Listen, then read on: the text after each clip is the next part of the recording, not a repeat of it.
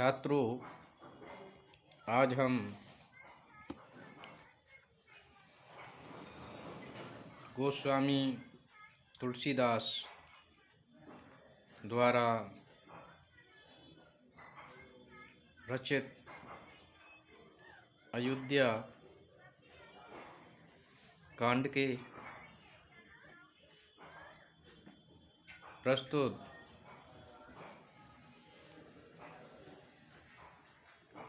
पद्य के विषय में जानेंगे। यह पद्य दोहा और चौपाई शैली में लिखित है। रामचरितमानस में दोहा और चौपाई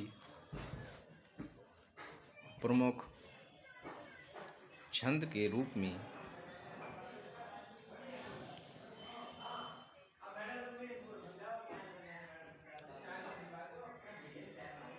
प्रस्तुत हुए हैं। इन काव्य पंक्तियों का प्रसंग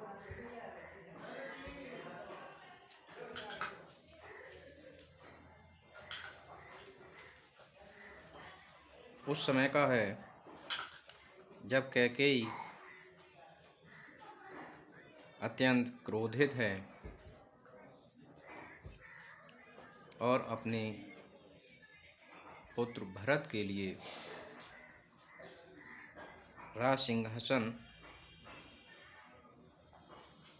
और प्रभु श्री राम के लिए 14 वर्ष का वनवास चाहती है। महाराजा दशरथ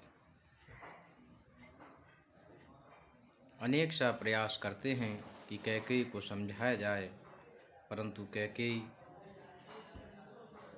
अपने हठ में उनकी बात नहीं सुनती। आखिर दशरथ को ही झुकना पड़ता है और समझाते हुए कहते हैं,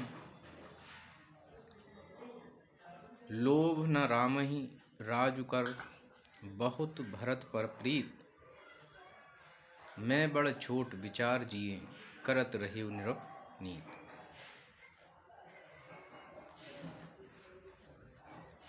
लोभ न रामहि राजु कर, बहुत भरत पर प्रीत, कि बड़े बेटे राम को राज्य का बिल्कुल भी लोभ नहीं है। बहुत भरत पर प्रीत, और भरत पर उनका अत्यंत स्नेह भी है। मैं बड़ छोट विचार जिए, करत रहिउ निरपनीत। मैं ही बड़े और छोटे का विचार करके राजनीति के नियमों का पालन करते हुए राम के लिए राज्याभिषेक की बात कर रहा था। राम शपथ सत कहिउ सुभाऊ, राम मातु कछु कहिउ न काऊ। मैं सब कीन तोहि बिन पूछे, तेहि तय परेउ मनोरथ छूटे। कि राम शपथ सत कहिउ सुभाऊ, कि मैं राम की शपथ लेकर ये सच बात कहता हूँ कि राम मातु कछु कहिउ न काऊ, कि राम की माता कौशल्या ने इस विषय में मुझसे कुछ भी नहीं कहा है कि मुझे राम का राज तिलक करना है।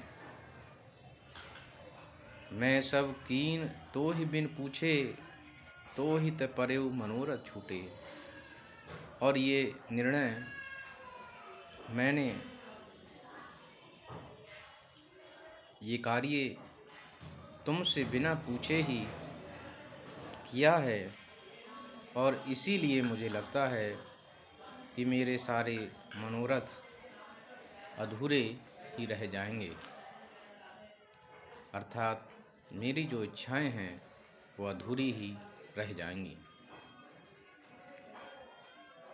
आगे समझाते हुए कहते हैं, ऋषि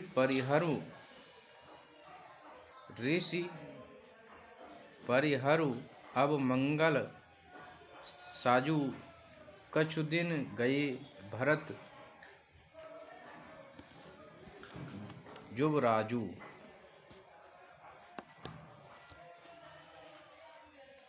एक ही बात मोहि दुख लागा,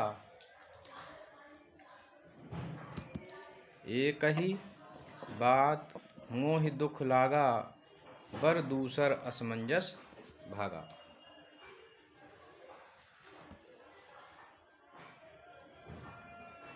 ऋषि परिहरि अब मंगल साजू।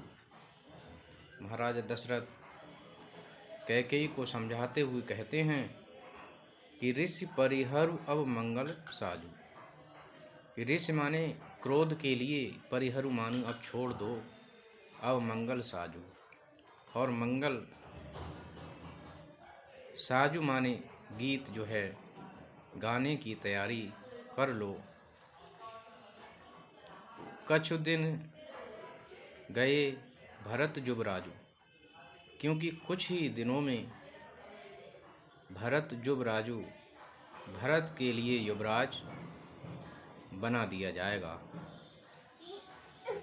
एक ही बात मोहि दुख लागा, बर दूसर असमंजस भागा। एक ही बात मोहि दुख लागा, बर दूसर असमंजस मांगा। दशरथ कहते हैं कि एक ही बात मोहि दुख लागा, अर्थात एक बात अत्यंत दुखपूर्ण है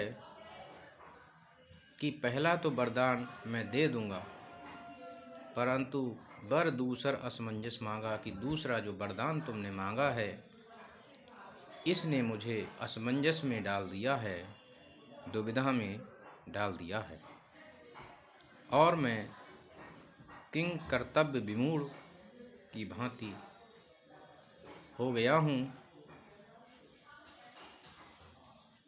मैं ये निश्चय नहीं कर पा रहा हूँ कि मुझे अब क्या करना चाहिए। अजहूँ हृदय जरत तेहि आँचा, ऋषि परिहास कि साँचेउ साँचा। कि अजहू हृदय जरत तेहि आँचा, कि इस दूसरे वरदान की वजह से, इसके कारण से अजहू हृदय जरत तेहि आँचा, मेरा हृदय आज भी जल रहा है। ऋषि परिहास कि साँचेउ साँचा, कि ऋषि परिहास कि साँचेउ साँचा, कि तुम जो है ऋषि माने क्रोध को अब छोड़ दो और प्रसन्न हो जाओ।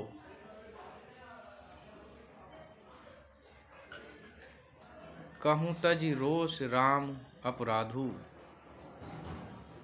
कहूँ तजि रोष राम अपराधु, सब कोई करे राम सुठ साधु। कहूँ तजि रोष राम अपराधु, कि राम का तो कोई भी दोष नहीं है, उनका मन एकदम पवित्र है और निरपराध है। सबको कहीं राम सुठ साधु, और उसका मन इतना पवित्र है कि सुठ माने दुष्ट लोग भी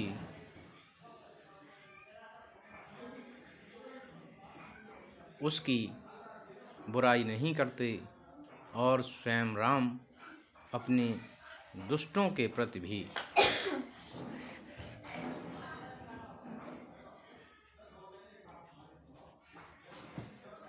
उनके विषय में कभी गलत विचार मन में नहीं लाते।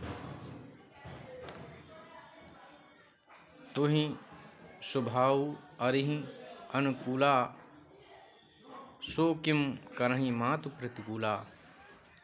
और उनके स्वभाव के विषय में मैं कहाँ तक कहूँ कि उसका स्वभाव अरिहि अनुकूला, अरिहि अर्थात शत्रुओं के भी अनुकूल रहता है, अर्थात वे कभी भी अपने शत्रुओं की भी हानि नहीं पहुंचाना चाहते।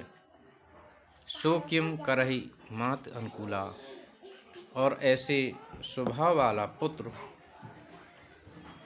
किम माने किस प्रकार, करहि मात प्रतिकूला अर्थात अपने माँ के प्रतिकूल भला कैसे जा सकता है और उनका अनिष्ट भला कैसे सोच सकता है। तो इस प्रकार से इन काव्य पंक्तियों में महाराजा दशरथ रानी कैकेयी को समझाते हुए प्रतीत हो रहे हैं और इसमें त्रियाहट भी स्पष्ट दिखाई दे रही है और दशरथ का वात्सल्य भी प्रस्तुत हुआ है। वे अपने बड़े पुत्र राम के प्रति स्नेह रखते हैं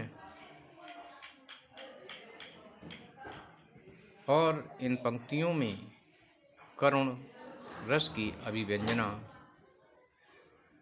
स्पष्ट रूप से दिखाई देती है। तो मैं समझता हूँ छात्रों कि आपने इन काव्य पंक्तियों को भली भांति समझा होगा।